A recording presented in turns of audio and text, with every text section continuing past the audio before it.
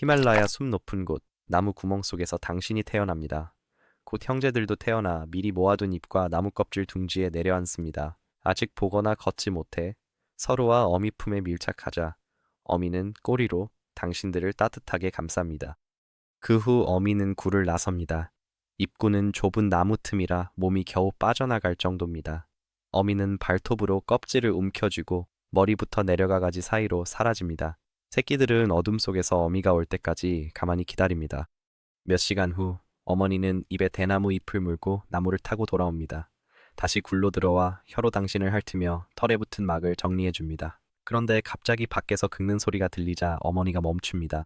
무언가 나무를 타고 올라옵니다. 노란 목담비 한 마리 입구에 나타나 머리를 굴 속에 넣습니다. 어머니는 달려들어 담비의 얼굴을 핥혀 쫓아냅니다. 하지만 담비는 물러서지 않습니다. 주위를 맴돌며 다른 각도에서 다시 더 깊숙이 파고듭니다. 어머니는 몸으로 담비를 막으며 가까이 오면 목덜미 물려하죠. 담비턱이 어미 어깨를 스치며 형제 뒷다리를 물어 굴입구로 끌자 어미는 다시 둥지 안으로 끌어당깁니다. 형제의 다리는 찢어져 피가 그 아래 낙엽 위로 흐릅니다. 어머니는 상처를 핥으며 깨끗이 하려고 하지만 이제 형제의 숨소리는 전보다 느리고 약해졌습니다. 나무 밑 담비가 숲을 지나며 가지 꺾는 소리를 내요. 담비는 근처에서 여러분 위치를 파악했죠.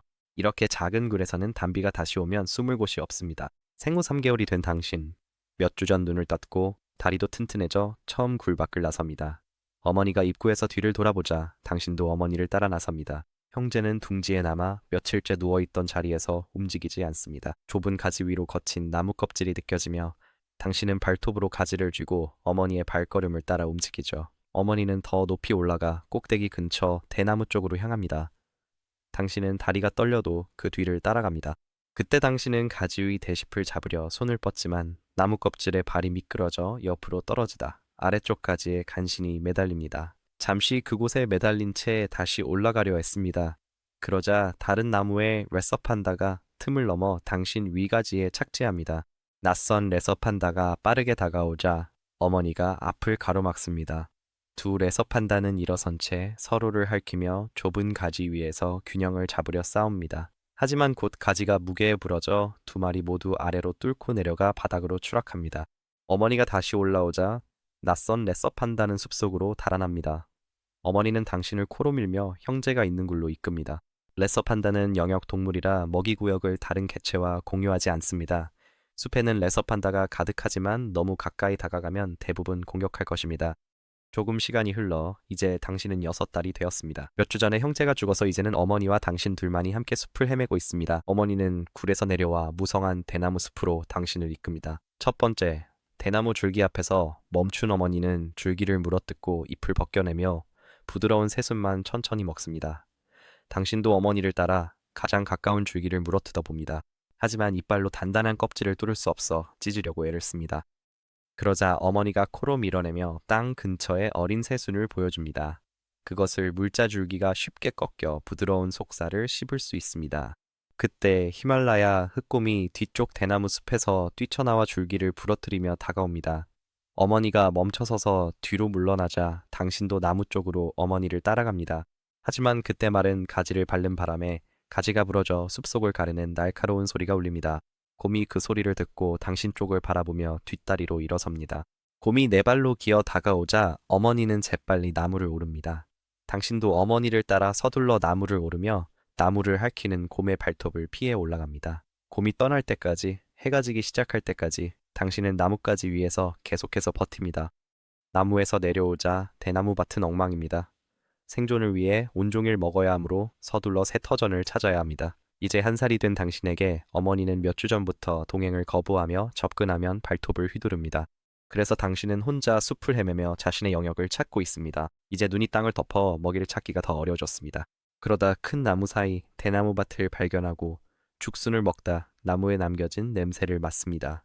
이곳은 다른 레서판다의 영역으로 그의 먹이를 가로챈 셈이지만 며칠을 굶었기에 어쨌든 계속 먹어치웁니다. 그때 위쪽 나뭇가지에서 더 큰 수컷이 이빨을 드러내며 나타나 뛰어내립니다. 그가 곧장 달려들자 뒤로 물러납니다. 하지만 그는 더 빨라서 당신의 어깨를 물고 눈밭에 넘어뜨립니다. 몸을 비틀어 발톱으로 그의 얼굴을 핥히며 코를 긋습니다.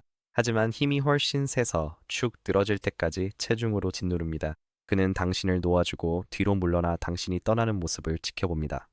눈밭을 걷던 당신은 바위 근처에서 설이 맞은 작은 대나무들을 발견합니다.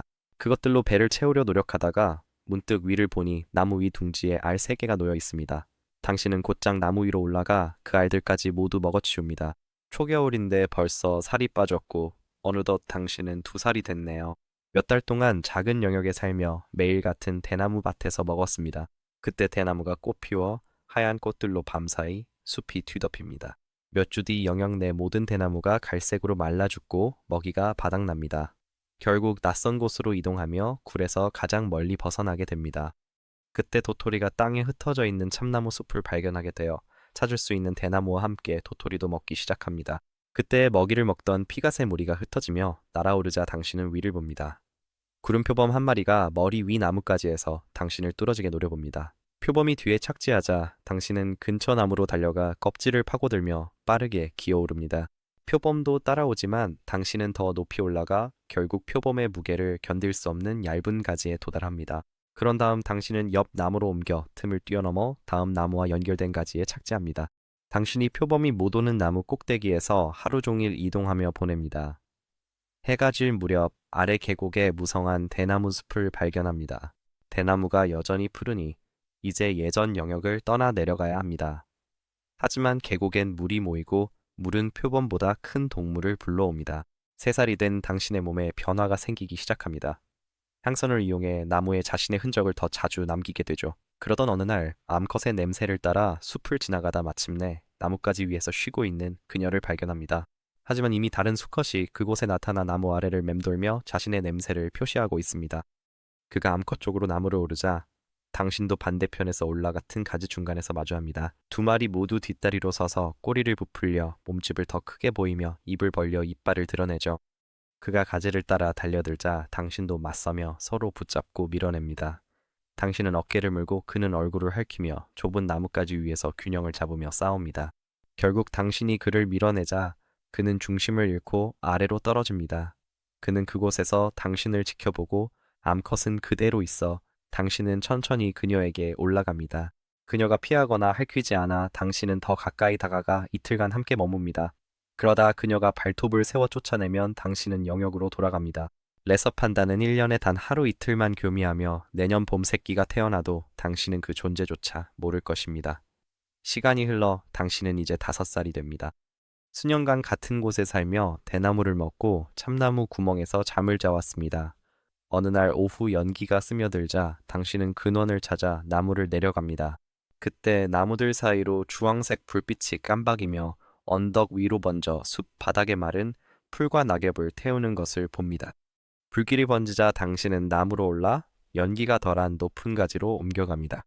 하지만 곧 불길이 나무까지 번져 불이 붙고 열기가 강해지기 전에 옆 나무로 뛰어넘어야 합니다. 당신은 나뭇가지를 타고 이동하며 가지 사이를 뛰어넘어 아래에서 번지는 불길보다 앞서갑니다. 연기가 짙어져 앞이 안 보이자 당신은 불길이 번지지 않는 바위지대에 도착하면 몸을 낮춰 대피합니다. 그리고 2개의 큰 바위 사이 틈에 몸을 끼워 넣고 불길이 양쪽으로 지나갈 때까지 그곳에 머뭅니다. 몇 시간 뒤 불길이 꺼지자 당신은 바위 틈을 나옵니다. 모든 영역이 타버렸고 대나무는 검게 변했으며 땅은 재로 덮여 있습니다. 당신은 대나무가 여전히 푸른 숲 근처 마을을 향해 산을 내려갑니다. 불탄 지역도 언젠가 다시 자라겠지만 수년은 걸릴 겁니다. 마을 근처엔 나무를 타지도 불을 피해 달아나지도 않는 새로운 위험이 있죠.